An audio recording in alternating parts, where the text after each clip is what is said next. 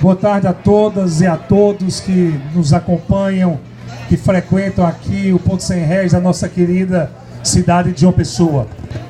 Nós nos reunimos aqui, advogados, professores, estudantes de direito, cidadãos, cidadãs, gente preocupada com o futuro do Brasil, apenas para discutir quais são os rumos do nosso país, o que é que nós queremos da nossa democracia, quais as causas que levaram o país para uma situação tão difícil como é a situação que nós enfrentamos hoje, há poucos dias do pleito eleitoral.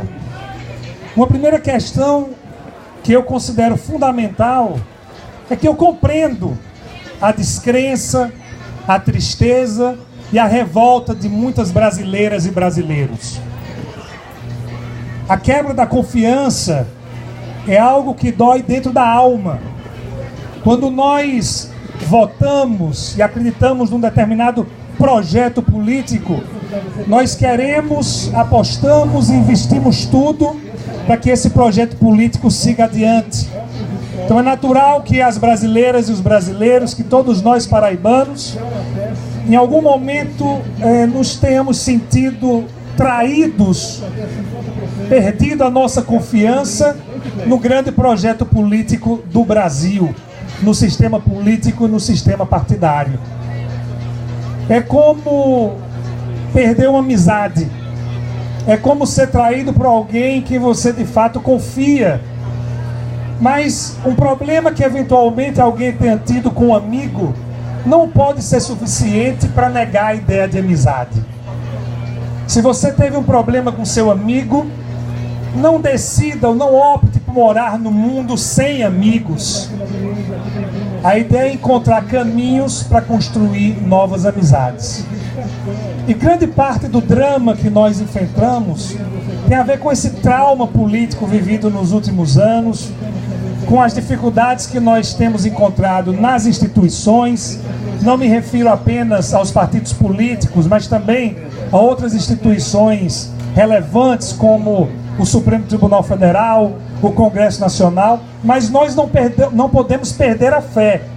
O trauma nos leva ao medo, o trauma da traição, da perda de confiança no sistema, nos leva ao medo.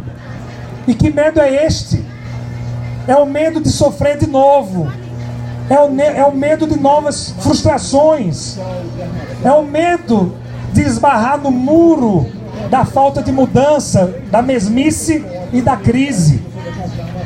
Então nós precisamos enfrentar o medo e superar esta realidade brasileira que está convertendo o medo em ódio. Ódio entre irmãos brasileiros e irmãs brasileiras.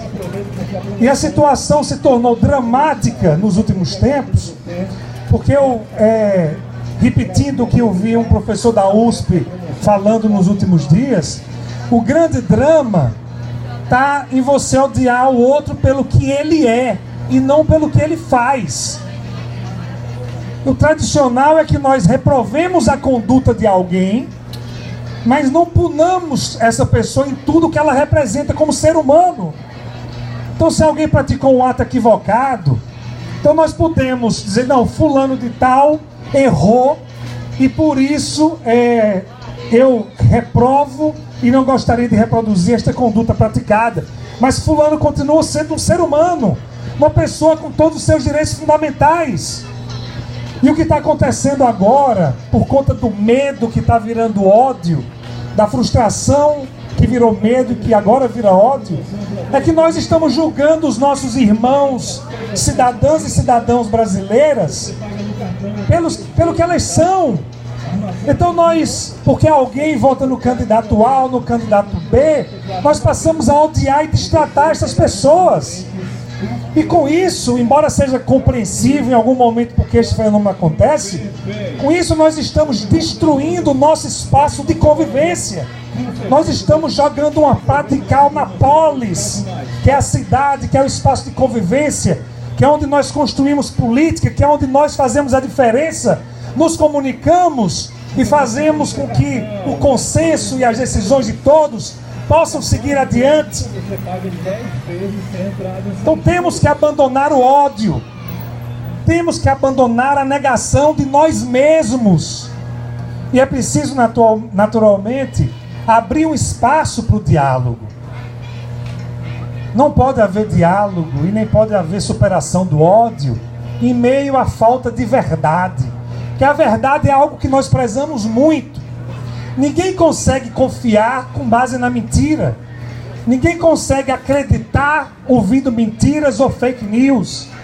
Não se pode construir um mandato parlamentar, um mandato à frente da presidência da República, à frente de uma governadoria. Não se pode levar adiante um projeto desta envergadura com base em mentiras. Porque o eleitor, o cidadão, ele precisa formar uma imagem. E essa imagem é do candidato e do projeto político que ele representa. E é com base na conexão entre o eleitor e esta imagem que a democracia funciona e segue adiante. A mentira faz o eleitor votar e apostar num projeto que ele desconhece. Portanto, qualquer eleição baseada em mentira é uma eleição fraudulenta, é uma eleição antidemocrática e é uma eleição que antecede meados do século passado. É uma eleição fascista e com corte totalitário e autoritário. É claro que após a verdade, após a quebra da verdade, nós precisamos superar o muro construído. É preciso conversar com as pessoas. É necessário o diálogo olho no olho, porque nas redes sociais o ódio impera. É diferente quando você encontra a sua tia ou seu tio que pensam diferente de você, pessoalmente. Então é necessário conversar, é necessário trazer o diálogo de volta, esclarecer as pessoas. Ah, mas faltam 3 dias para as eleições. Não importa, podiam faltar 3 minutos.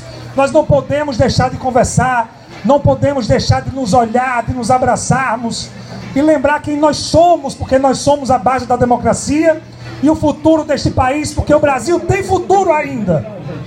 A semente do fascismo que está sendo plantada nos últimos meses, talvez nos últimos anos do país, essas sementes elas não são suficientes para derrotar tudo que nós construímos nos últimos 30 anos.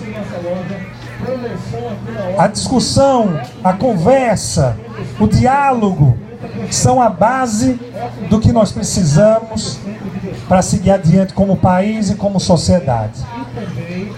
Eu cumprimento aqui o deputado Luiz Couto, que é uma referência para todos nós.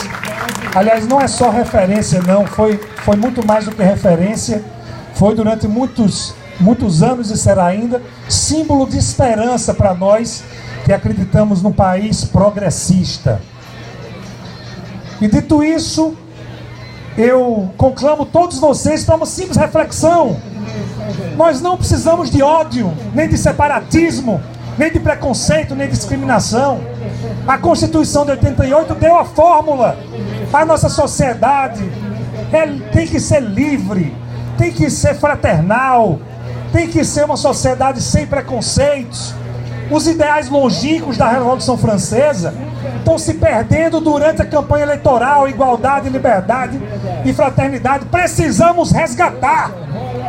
E no domingo nós temos que dar as mãos, todos nós, em torno de um projeto político que saiba, após a superação do momento eleitoral, juntar os pedaços do Brasil, juntar os pedaços da nossa democracia, reunir todas as brasileiras e todos os brasileiros num grande pacto nacional sem ódio, através do diálogo, através do amor, através da política, através da boa vontade e através da confiança. No domingo, no próximo domingo, não aposte suas fichas na negação do outro. Apoie o outro, apoie você mesmo, apoie os direitos fundamentais e dê o voto mais consciente que você puder dar. Vote por um Brasil democrático, com direitos fundamentais, com diálogo e com a perspectiva de formação de um consenso, de um amplo consenso nacional no futuro próximo. É isso que eu tinha a dizer a vocês. minhas irmãs e meus irmãos, nesta tarde festiva, em que nós, poucos entre tantos democratas do Brasil, nos reunimos aqui para trocar ideias. Muito obrigado.